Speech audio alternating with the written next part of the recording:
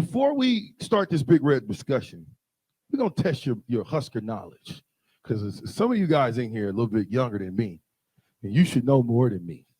So we're gonna test your big red knowledge. We're gonna ask you some questions. Okay? Now, no cheating. Cell phones, can't use them. No Googling. No Googling. Just don't do them. Husker honor code is in effect. Okay, so we'll be testing your Husker knowledge with 5 trivia questions provided by Omaha World Herald sports editor and columnist Sam McEwen. Where's Sam? Sam, stand up, Sam. Stand up, Sam. Give it up there for he Sam. is. Give it up for Sam McEwen. And sponsored by McGinnis Roofing and Sheet Metal. You will have 10 seconds to answer each question. You want to do that, DP? You want me to keep rolling? Let pens in hand. Pens in hand. We're ready. The prize winners. Look, these gentlemen signed some items up here, and they will go to selected winners today. Right? Some value in that. Not bad. Just to remind you all, folks. This event is being live streamed on 93.7 The Ticket, KNTK FM in Lincoln. The true, again, I take some pride in saying thank you to Ava Thomas and Sherry Dickmeyer for putting this event on and allowing us to bring this sort of talent back to Nebraska, like to bring them back. Look, they're across the country. They took time and said, you know what, we're going to come back for Husker Nation to be a part of it. I'll ask you to give them another round of applause for coming in.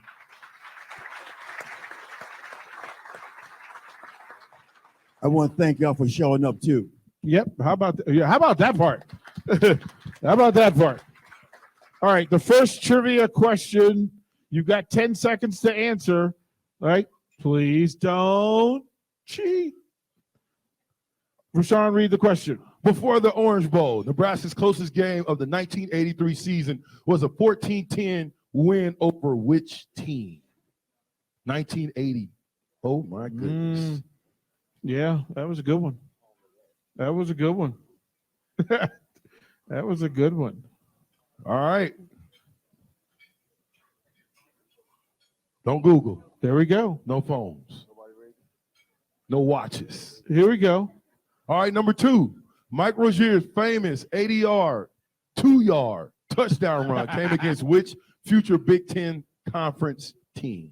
Oh, one of the great runs in Nebraska football history. I do remember. But we can say that a lot about number 30. So 80-yard, 2-yard run. Yeah, get used to that for the day. Mike, that's nice, huh? 80-yard, 2-yard run. Hamstrings was tight after that 2-yard run. Question number 3.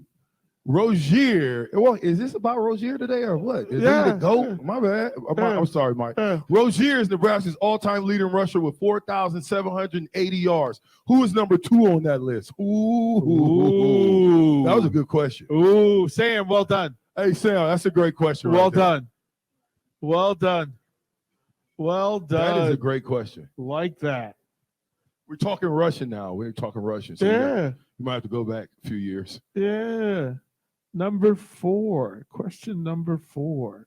Irving Fryar scored New England's only touchdown in the 1980 Super Bowl. Who beat the Patriots? Oh, Sam did you dirty. Sam did you dirty. Sam. Yeah. Well, at least you scored. Irv said, at least I was there. Look, man. I still have to get over the Patriot days. Like, hey, DP.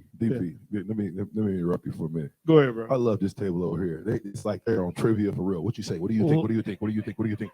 Jog your memory. What did you think about 1983? Where were you at? Where were you at 85? Oh, they locked in over here. You guys better be careful. Locked in. This table. Yeah, we know. Look, they're bidding for the best table. Like, I just, what we'll do for the room that's the table that's the most active, and we'll come and they'll actually get these folks at their table to take a picture when we're all said and done. So the most active, and we have a little surprise for you at the tail end of this thing. We're going to give you some opportunities. Question number 5. Turner Gill was a multi-sport star. Which other sport did he play at Nebraska? It's easy. That's a good question too, Sam. Layup. Easy.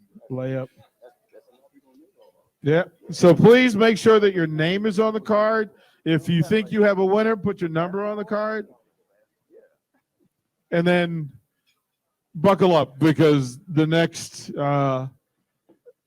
30 minutes of conversation, I'd like to say I'm driving this bus, but I know these three gentlemen well enough to know probably not. I'm just a passenger, and wherever they decide to go with it, we're all going to have to be grown up and just hold on. And just hold on. Before we get started too much, at the back far table, we brought some extra Huskers for you who decided to come hang out today. One is a Nebraska basketball Hall of Famer, Eric Strickland. Strickland, stand up for us, bro. Stricky.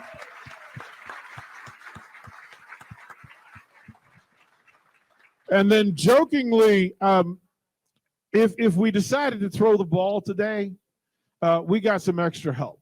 Now, Rashawn was a fullback who was asked to catch the ball as a tight end. He was asked a lot. He didn't always answer, but he was asked. Hey, I'm here right now. He was asked. You do that when I'm not here. Yeah. But wait, DP, I'm sorry. I got to interrupt you. Yeah. We need to pick these up, and then we need to give the 2 tickets away. Yeah. Yeah, I was just. We can do that. Okay, yeah, I was just. We can do that. You see how? But there's another pass catcher and offensive explosive player who ran the turf at Memorial Stadium as well. Jokingly, we could put Irv, Mike, Ricky, and this guy out here today. I think whoever was playing quarterback could throw for 350. It might be a slower 350, but it's still 350. Number 15 in the playbook, DeMornay Pearson-L. DeMornay, stand up for us. DeMornay Pearson-L. DPE. DPE. Electric. That's what the E stands for, electric. That's what that is. I want to, and before we get started, this group, this trio on stage, before we give away the tickets, this trio on stage has decided that it loves you so much that it's going to make themselves available each week. They're going to do a radio show. This three, that 80s Husker radio show, The Offensive Explosion, you'll be able to catch it on 937 The Ticket. How about a hand for these three? This is amazing. All the conversations. And it's a cut-up. Like, I'm just going to tell you, entertainment, reality radio is the thing. That's what this is. I think that's fair. You're giving away tickets? We need to get the answers. Okay, give the answers. Okay, no cheating. Okay. The answers are already down. Here we go. Number one, mistake. Who got it right? Raise your hand. Who got it right? Show me hands. 14-10. Okay, this table right here. Boom. Okay. Boom. All right. There we go. Number 2, UCLA. Who got it right? Same table. We got it right here. Okay. We got it. Okay, good. Okay. You guys supposed to be working together. All right, number 3, Amir Abdullah. Who got that right? There's like 10 hands. You had to dig a little bit. There's 10 hands. Number 4, Chicago. The Bears. That Bears. Oh, this table right here. I think this is. They're making a bid. Hey, They're making a these bid. two. I'm on one of these 2 tables right here. Right here. Right. Those are the I'm fan liking them fans. if y'all get this right. Oh, Right. He gonna hand me his sheet. Right. He's gonna hand me his sheet like Right. this. There you go. Yeah, go and take that back up there. Got Number him. 5. Baseball. Of course he played baseball. Of course he played baseball. We're gonna come collect them. Well done. So we're gonna collect all of your entrants. Oh, so The ones that won. yeah, they will go around and The do ones that. that won. Okay. And then when do you want to give away the tickets? At the end of it? No, she want to do it right now. Right now. Hey, Okay. you guys got your ticket stubs? You got the Stubs. ticket stubs. Get your stubs ticket out. stubs. 2 tickets for the Northwestern game. Get your raffle You tickets. need your raffle tickets. Who's doing the magical? Whose hand is drawing the winner? Hey, the GOAT. Let Sherry? the GOAT go and get it. Okay. Okay. The GOAT get it, man. Here we go. I'm talking about Irving, though, Mike. Here comes. Oh, see, this is where it is. Sherry, come on up here. All right. This is whichever one you go to, Sherry. There we go. Irv will pick it and read the number. Uh-oh. Oh, I got 2 in my hand. Oh, there we go. All 5, 4, 3, 6, 2, 7. 627 5, 627. 4, 3, 6, 2, 7. Bam. Bam in the back. There we go. Is that? Oh, no. That's not. Who's got the ticket? We got to go to number 2. 5, 4, 3, 6, 2, 7. 627. Nobody wants the tickets. If they're The not red here, ticket. The red ticket. Oh, hey, no. Go over there to Mike. Let's see. there it is. Strick got him. No, it says it. Oh no! Come on, it's rigged. Right? What? Right. Right, there it is. Eric Strickland for the win. Those are words we've heard before. Those are words we've heard before. Eric Strickland for the win. Another two-sport athlete. I don't know for folks to know that Strick was a walk-on the basketball team that won the Big 8 tournament championship because he was drafted in baseball and was already receiving money. Eric Strickland did that just for being Eric Strickland. So good stuff along the way. Since we're talking money, let's talk NIL real quick. Let's go back to 1983. Irv, if name, image, and likeness was a thing in 1983, and somebody said, Irv, come down to coach's office, let's talk numbers. Is there a number that comes to mind that they would have said, like a number that would have gotten you to endorse car dealership, bank, something? It would have been a number large enough for me to retire at the age of 21. Right? Like that. I would have played college ball and never played professional football. Right? I mean, I think that's a part that people miss, but we'll talk about that too. Mike, what's the number? I got 6 brothers, mom and dad back in the day. And we wasn't making a lot of money back in Camden, New Jersey. So I'd say 6. I wouldn't play NFL ball either. That seems to be the common thread, right? Well, you your head's getting banged against other guys. You get CT, you're forgetting stuff. I mean, I'm on that line right now. So I just stick to college and just call it quits. Yeah. Ricky, this is the money aspect of it. And I think when folks outside of football or outside of athletics think of name, image, and likeness, they think of greed. I don't think it's a greed thing. I think it is a provider thing. That a lot of the young people that we're talking about don't come from families with money. So this is an opportunity. And if it's a matter of playing football for free or making sure the lights are on at your mom's house or having groceries in the refrigerator at your mom's house, that's what name, image, and likeness is doing for a lot of student athletes. Ricky, you went through this whole thing, being a Texas kid and coming to Nebraska. What would it have done for you and your family? Well, I don't have that story. My parents was well off, Yep. so and this is probably not going to set well, but I didn't come to Nebraska, or I wasn't looking at it from that angle. I just wanted to play ball, and I wanted to play for Oklahoma, and my parents.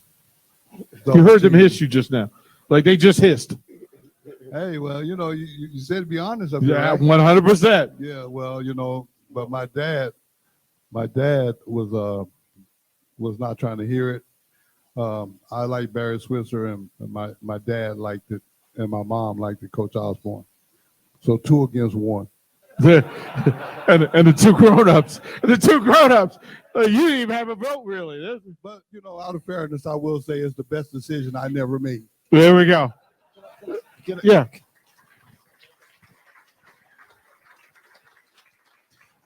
I've heard stories. They have the NIL now, and these young athletes can go to a different university every year if they want to, and make money. The name, the image, the likeness. I've heard stories in the past where athletes have gone to universities. Yeah, they've been on scholarship, but they played at a high level, and helped generate millions of dollars for that university. Mhm. And then they're gone later on. And when they come back, it seems as though they're not appreciated. So I guess that the NIL kind of removes that now, and you don't have that friction when you feel like you've given your all and you've done your all and you've contributed to a university, and then you try to be a part of that university at a later time, and you're kind of tolerated and not necessarily appreciated. So I think that kind of removes that. But there have been cases where I've heard people I know where they've gone back to the university and they felt as though, they put in all this time. So now they're getting paid. Mm-hmm. So now there's not that friction. There's this, they feel like they're being appreciated. They feel like they're being celebrated. Why? Because I'm getting taken care of monetarily. Yeah, it's a thing. Ricky said why he ended up in Nebraska. Mike from JUCO and choosing Nebraska. Why Nebraska and Coach Tom Osborne? Frank Solis recruited me here, but Coach Osborne was the head coach. And Frank came to my house in Camden. Coach Osborne came in Camden. My last year, the teachers went on strike. My mom was a PTA president. So she didn't go back. She crossed the picket line, so she wanted the kids to learn. But my history teacher got me for 1 point because her mom crossed the picket line.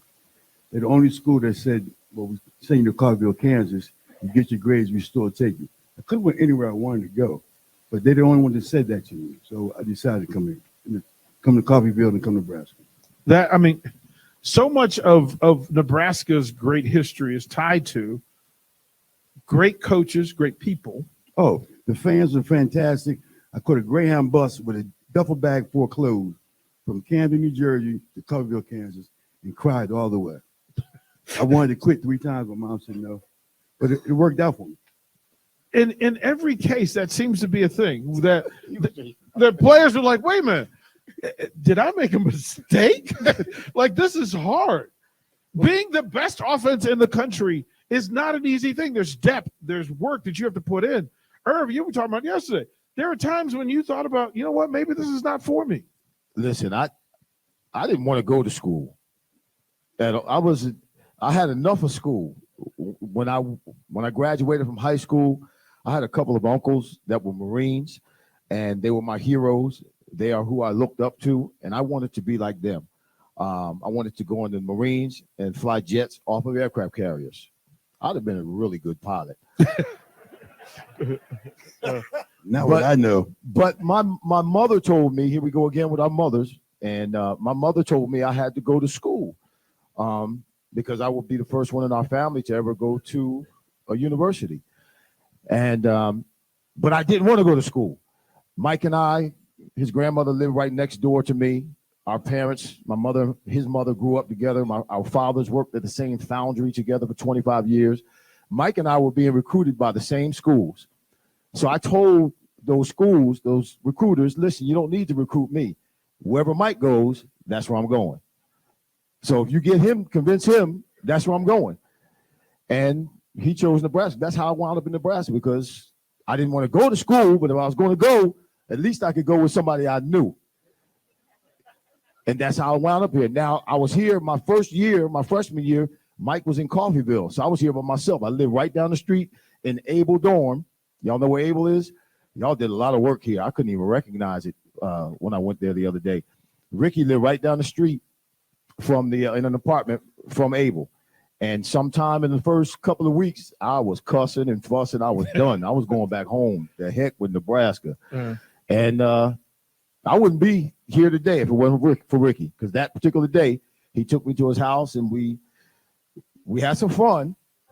Don't tell them what we did. Just tell you went. We had some fun, but if it wasn't for him that day, I was out of here. I was out of here. But yeah, it was rough because we had never been away from home. Matter of fact, today is kind of special for me. Today is my birthday. How about it?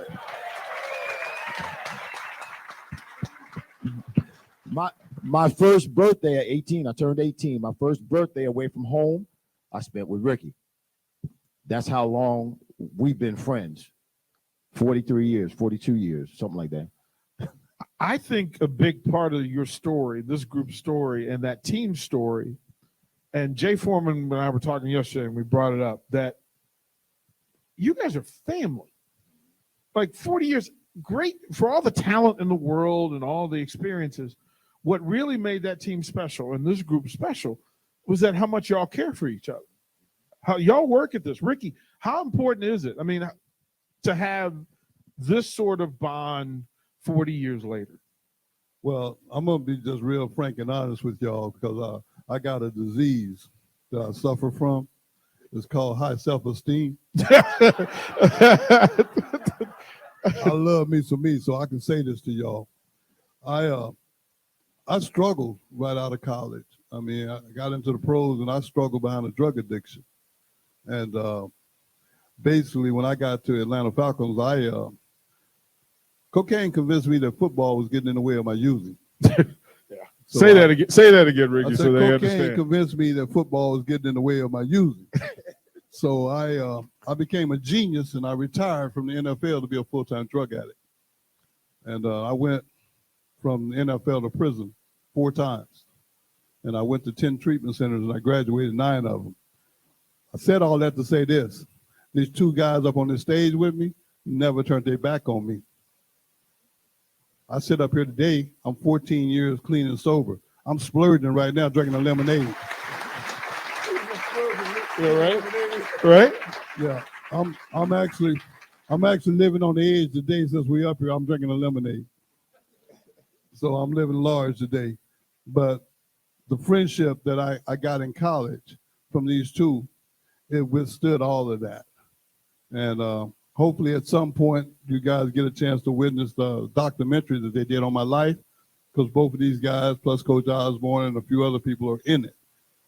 I'm very proud of this relationship because there are family members that can't get along.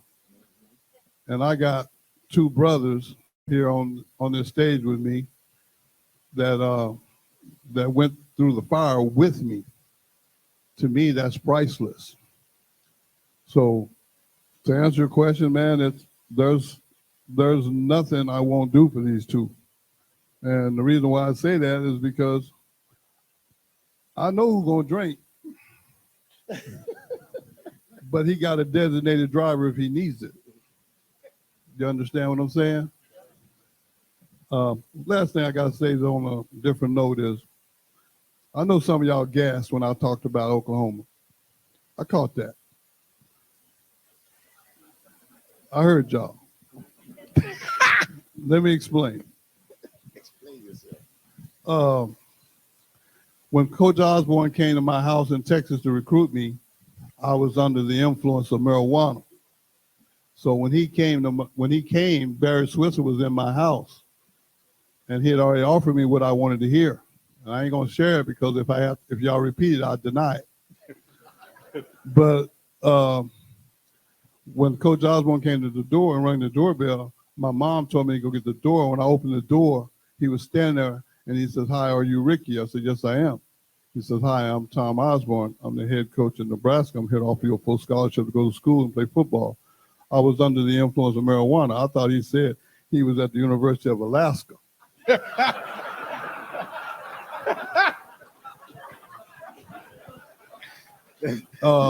Being from Texas, it's snow up there, man. I ain't gonna be able to do that. But you have a safe trip. So that's why I was going to Oklahoma. It wasn't because I had something against Nebraska. I just misunderstood the man. That's fantastic. That's fantastic. It's in a day in a sport where egos get in the way. The 3 of you, along with Turner Gill, managed to work beyond ego to be productive. Y'all work for each other. Mike, what we know is for every yard that you gained, you had some dudes outside doing real work for you. Like these receivers blocked for you. How good were they? How good were these 2 sitting next to you? It made it a lot easier for me, especially these 2 in my linemen. Well, the whole team did. But wherever we go at Nebraska, back in my day, we played ball. We could travel to Hawaii. I mean, it was more Nebraska fans there than Hawaii fans. Yeah. Wherever we went at, y'all was always there supporting us. We look up in the stand, it's feel like we're back home. We're all red. Y'all, we represented. I mean, y'all all represented Nebraska sports. I mean, the volleyball team, they sold out the football field playing volleyball. Come on. Yeah. What school do that? Yeah. Huh? I'm saying, but ever since I've been here, the volleyball team, before I got here, they was always on top. The young ladies, it was always on top. And I appreciate all y'all fans for supporting us, supporting university, doing the things y'all do. It will turn around sooner or later. I know. Just give some patience. It will turn around. I sure hope you're right. Yeah. This is Lincoln's home for sports talk on the FM dial. The home of Kansas City Royals baseball. KNTK FM Firth, 93.7 The Ticket. Consider a pass catcher as you were. Both Nebraska and the NFL asked you to do a thing better that I'm you not would here. get less credit for. Mike said he's not here. Can I ask, I mean, if you were in any other system just catching passes, in today's game of spread offenses, look, you spent 95% of your time on the field. I watched the Oklahoma game last night of you against Rick Bryant, and you were chopping down on 270 pounds on at least 8 plays. What did you play at? What weight did you play at? 200 pounds. 200 pounds going against the All-American at 270, 275, blocking receivers. Ricky, you and Irv both. I have to ask you, even in the NFL, when you went to the Pats, you were a tight end basically at 200 pounds. How many in today's game? How many passes do you think you would catch? How many touchdowns would you score a year? Let me say it this way. Everybody, would you agree that Jerry Rice is the greatest wide receiver to play in the NFL? Would you agree with that? I mean, I agree with that. I agree with that. He caught, I think it's 1,500 balls. Jerry Rice came into the league and was in the right place at the right time. He came in and was enveloped into a system that was called the West Coast offense. Nobody in the NFL was running that offense at the time. So that's why they were Joe Montana, Jerry Rice, Roger Craig. That's why they were so dominant at the time, because nobody had ever seen that. And it took about maybe 4 or 5 years before teams, they use that same offense today. It took about 4 or 5 years before defensive coordinators could try to figure out how to at least halfway defend that type of offense. But it's still unstoppable. It's still unstoppable. If you run it the right way and the quarterback delivers the ball where the ball is supposed to go, it's still unstoppable. Jerry Rice was in that offense pretty much his whole career.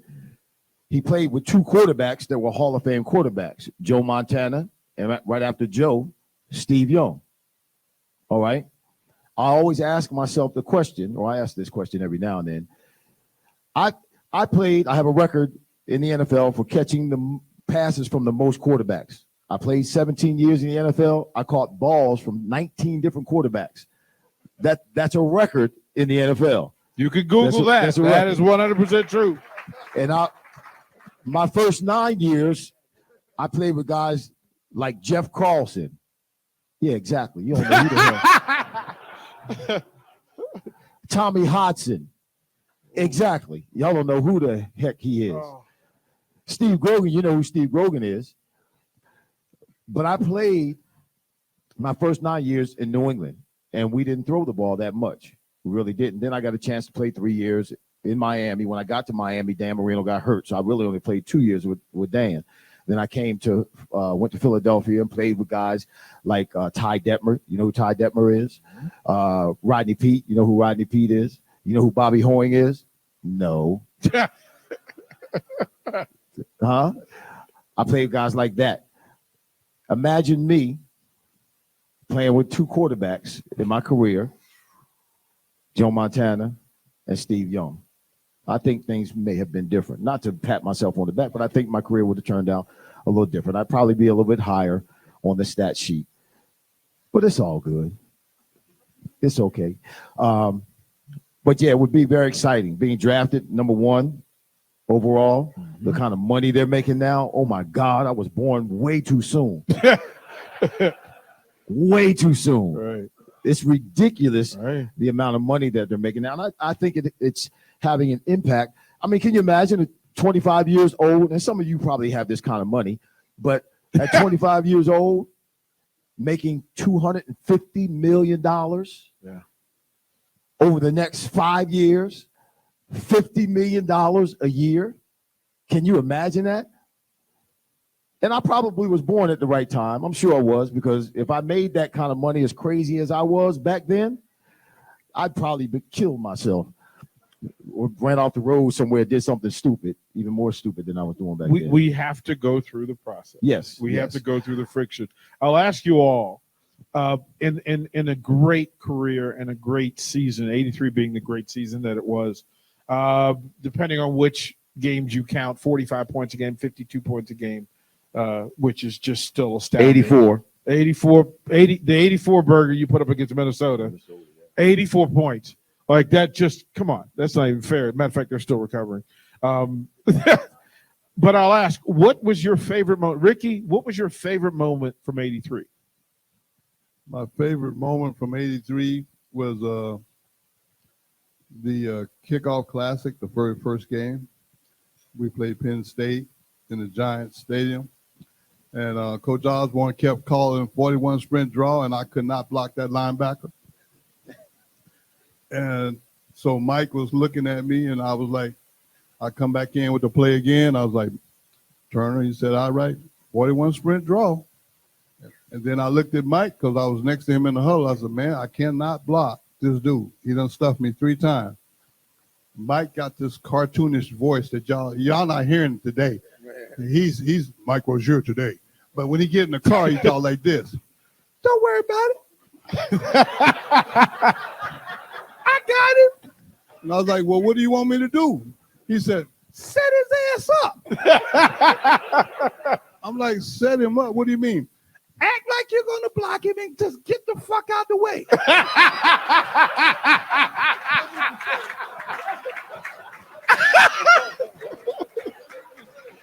I did say that. Yeah. I'm a witness. I'm a witness. Yeah, I said we're all grown-ups in the room. This is how this was going to go I down. didn't mean to offend nobody. I was just repeating what I was told. But anyway, what we found out after watching film was every time people watch film on us, I crack back when Mike do a certain action. So they knew this linebacker, he'd been watching film. He knows every time Mike does this, that there's a wide receiver coming to crack back. So he would be leaning. And when I hit him, I just knock him straight back up. And then he'd throw me down and go make the tackle. Well, when I followed Mike's instructions and he was leaning and I got out of the way, Mike ran him over. So we went to the end zone and everybody in the stands thought we were just going like, high five. I was like, thank you, man. and his response was real simple because he never lost his sense of humor. He's like, I told you I got it. It wasn't that high. Oh, yes, it was. Mike was a clown. When we played, it was absolutely hilarious when we played. 83, this is my favorite moment, 83. I can't remember which team we were playing, but we were at home, one of the home games our senior year.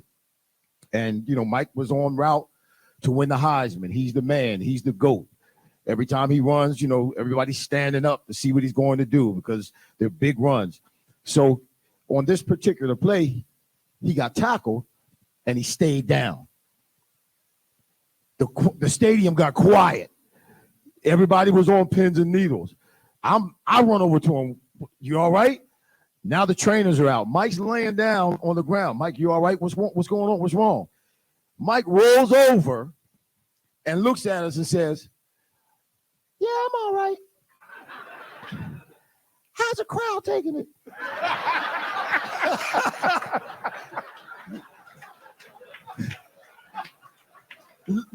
I'm not lying. I'm literally telling the truth. How is the crowd taking? I said, boy, if you don't get your behind up off that ground, that's Mike Rozier. Hey, Mike hey, Rozier. DP, I got one more. I Yes, just sir. thought about Yes, sir. the last game, Orange Bowl, the 84 Orange Bowl, when we went for 2. I'm carrying in plays, and some of these plays are real lengthy. And this one play, I come in, and I'm gonna slow it down so y'all can understand it. But it was Coach Osborne, because we didn't have the technology they got now. So Coach Osborne tell me to play. I run in the huddle, tell Turner, and he tell the team, set a snap count. He said, Coach Osborne said, Ricky, tell Turner, I write 51 fake, wing back, reverse left, wing back motion, I back flat protect. And Ricky, if the monster fires, tell Turner to check the 49 pitch. I slowed it down so y'all can get it. I got it like this because I'm watching that clock tick down. Like, come on, coach. He's like, Ricky, tell Turner. I said, all right, 51 fake, wing back, reverse left, wing back motion, I bet flat protect. The monster fire, check 49 pitch. Get in there. So I run in the huddle. I say, Turner, man. He said, all right, 51 fake, wing back, reverse left, wing back motion, I bet flat protect. He said, oh yeah, if the monster fire, check 49 pitch. And I got in the huddle next to Mike. Now, keep in mind, we playing for a national championship. He looks over at me, he goes, hey, man, how do you remember all of that stuff? I'm like, Mike, we got like 10 seconds to run this play. Can we talk about this a little later? Can we look, just the part and why I love these events is because we have our memory of it as fans and people watching the game. And I love the fact that you get to hear them authentically being themselves, telling the stories that you can't possibly get any other way. Mike, in an incredible year, a Heisman Trophy year, is there a moment that stands out to you where you said, that trophy's mine? Nah. Most of my teammates, all my team, we're like family. So I wasn't trying to win a Heisman. It just came about. But we was playing so good. I had a good line, good receivers, good coaching, good defense, good defense. I wasn't thinking about winning the trophy. I just wanted to win. I wanted to win for the team. I wanted to win for the guys because we worked hard to get there. Through all of it, you all have individual moments with Coach Osborne that help create the men that you are now. Irv? Yeah, the laugh tells me everything. A moment, a Coach Osborne moment for you. There are many. And I want to say this first. No matter when I call Coach Osborne, he answers the phone. To this day, I can call him anytime, and he answers the phone. If he doesn't answer the phone within the next half an hour or so, he will return my call. None of my coaches do that. He's a very special man. He's very dear to my heart. I have a funny moment with Coach Osborne. My junior year, I pledged my fraternity. And to make a long story short, I had finished pledging, and now it's winter conditioning. And so we're down in the mushroom garden. Any of you know about the mushroom garden? Yeah. Fellas in the back. We didn't have the facilities that they have now, indoor facilities, air conditioning, TVs in the lockers and stuff like that. We didn't have that stuff. It was old school. We were down in the mushroom garden going through winter conditioning. And at that particular time, I had my shirt off. And because I had just finished pledging my fraternity, I had a brand on my chest that was still healing up. It was an omega, a Greek letter omega on my chest. You could see it was scabbing up and it was healing up. And I said, Coach, look at my brand. Check it out. It's nice, isn't it? He said, Irving? That's how he talked. Irving? Who did that? I said, my friends. He said, Irving, I don't know if I have friends like that. and I thought I was going to get in trouble. And he was just so practical and so plain, and so he was able to deal with us and relate to us individually and at the same time corporately, because he would deal with me differently than he would deal with Mike or with Ricky, but all appropriately in the realm in which we needed. And it was clear and it was genuine. And just as Ricky said, just as Mike said, when Tom came to my house, we had an old house, and I wouldn't bring people over my house because I was ashamed of the furniture. We had a hole in the couch, a couple of holes in the wall. I wouldn't bring people over my house. Many of my friends, I would go to their house. And Tom came in, and he sat in the living room, and he talked for a long time, and he drank Kool-Aid that I made. That was, you think Ricky's living on edge, drinking lemonade, drinking my Kool-Aid at that time, and All sugar. and ate the food that my mother cooked and spent time with us. And I knew, even if I hadn't made that choice yet, but if when Mike chose Nebraska, I knew I was going to be all right, because I knew Tom, if anything took place, Tom would take care of me. But no, that's my story with Tom. There's many, many more, but that one just sticks out with me because he was just so practical at the time. And so it made so much sense. Yeah. Why would you have to be friends with somebody who burns your chest? Which is the reason I'm not Greek. That's why I'm not Greek. Mike, is there a Coach Osborne moment that stands out? Yes, it is. When I got here, I wanted to quit several times. We used to use the coach's phones to call home up in the coach's office. So I wanted to quit it, but and I seen him on the field. I said, Coach, I want to go home. So Coach Al, he never cusses. I never heard a cuss word come out of his mouth. He said dadgummit. That's his favorite cuss word. Dadgummit. Dadgummit, I know he's mad. I said, oh no. But he says that, he's mad. But I got nothing bad to say about Coach Al. He's a great man. Ricky, I know you have love for Coach Osborne. Details, please. I have two in particular. One's a kind of funny one, and the other one's a little more serious. But the funny one first. After practice every day, he'd make the whole team run laps around the field, and he ran with us. Well, Coach Osborne ended up lapping me and Irving. And when he lapped us the second time, he came back. He says, and he never looked at us. He just slowed down and got beside us, and he asked a question. He says, how can the fastest two guys on my team get lapped by me and Dave Remington? Then he jogged on off.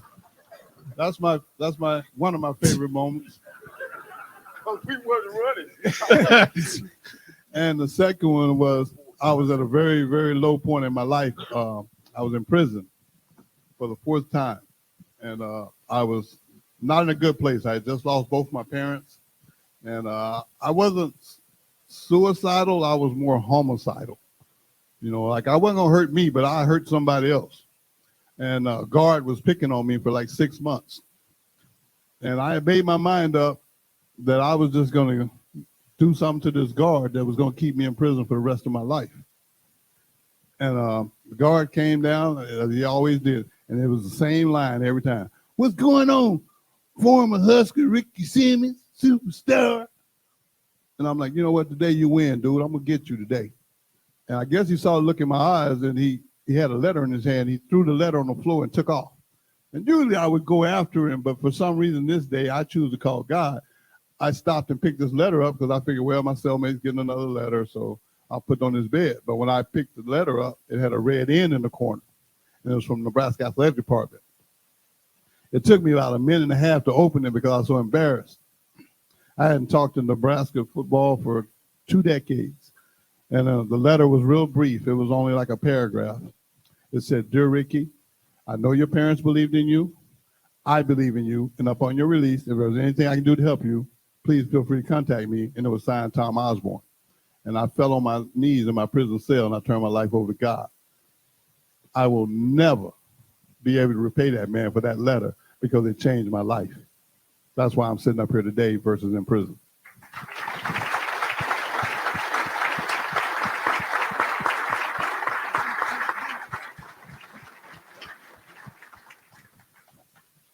A couple of things. Are you crying? Yes, Irv.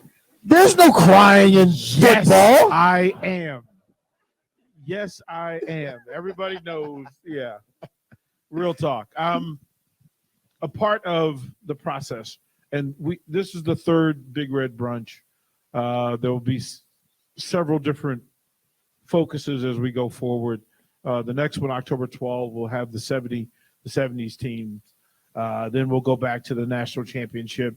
We'll go back to 94, 95, and get those folks in front of you. But when it came to this group, I said we have to get this group together, and I have to get them to you for two reasons. One, I need for them to know how much, in spite of everything, you guys will show up for them. You are Husker Nation at its fullest and at its best. The power of Husker Nation reaches all over the world. It reaches prisons. It reaches the lives and corners of the NFL. It reaches New Jersey in pockets and travels to Kansas City and ends up in Lincoln, Nebraska for a better life. That's who you are. And then to bring you to them and them to you.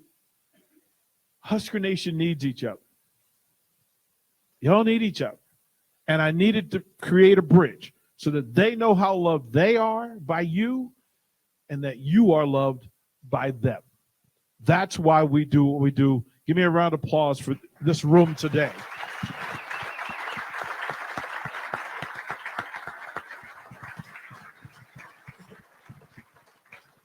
Getting them here was art, and I'm proud that they're here. But now that they're here, and I explained to them, once I get you here, you're going to feel a level of love that has been missing. And so much so that these gentlemen offered to do a thing that we haven't done in previous Big Red Brunches. But they said, hey, is there a way that we can set up like an auction to play golf with this group? With this group. Again, there's another Hall of Famer over there, and I'm pretty sure there are other Huskers who'd be willing to participate in the thing, but they're going to come back to Nebraska to play golf with somebody in this room. And quite frankly, I'm just going to say, in fairness, you guys will tell me whether that's a thing that you're interested in. So by applause, are you interested in playing golf with these gentlemen?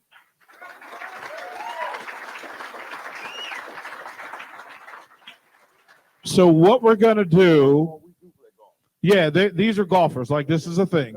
So we're not putting you out there with hacks. This is not how this is going to go down. But if I said we'll start at $1,000 and you just raise your hand, is there anybody in the room willing to pay $1,000 to play golf with these? We got $1,000 here. We're gonna go big today. $1,500. Is there anybody willing to pay $1,500 to play golf with this group in the room? You got it time. I'll wait. I got time. There it is. There it is. We got $1,500. $2,000. $2,000 to play golf with these folks. Rashawn, do you play golf?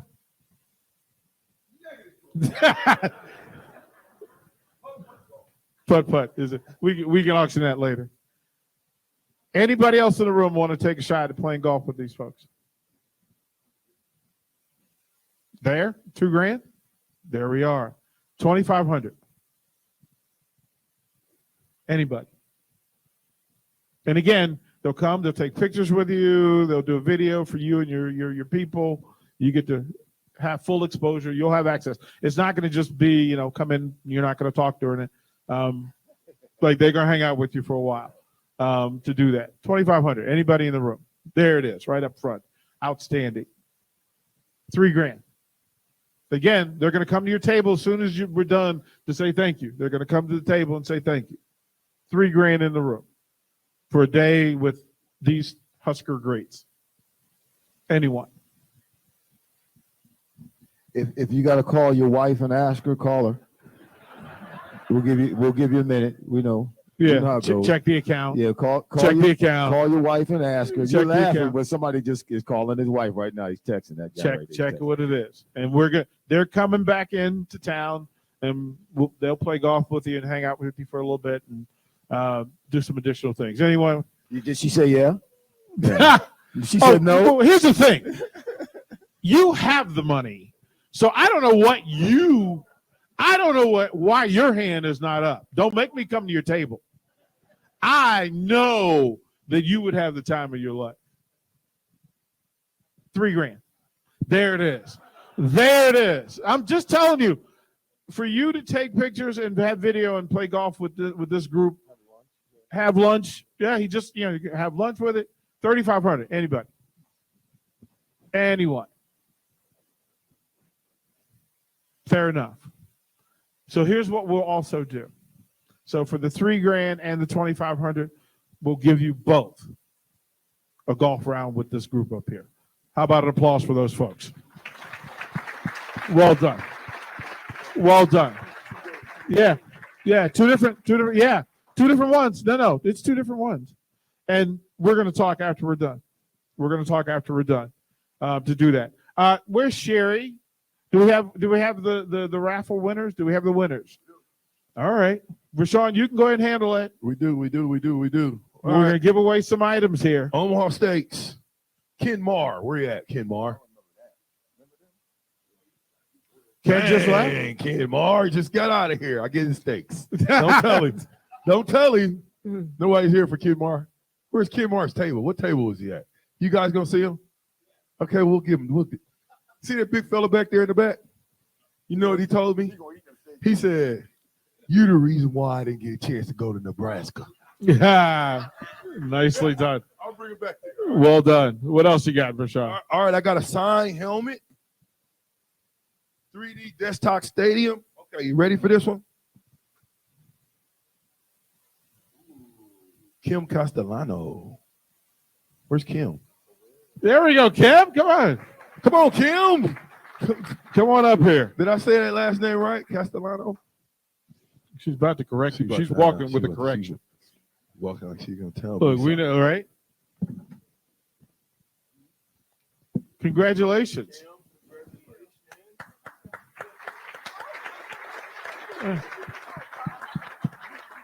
There we go. Next one. E.J. Smith.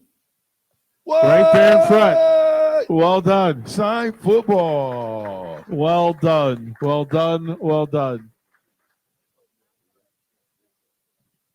dang. The last one. Jody Nelson.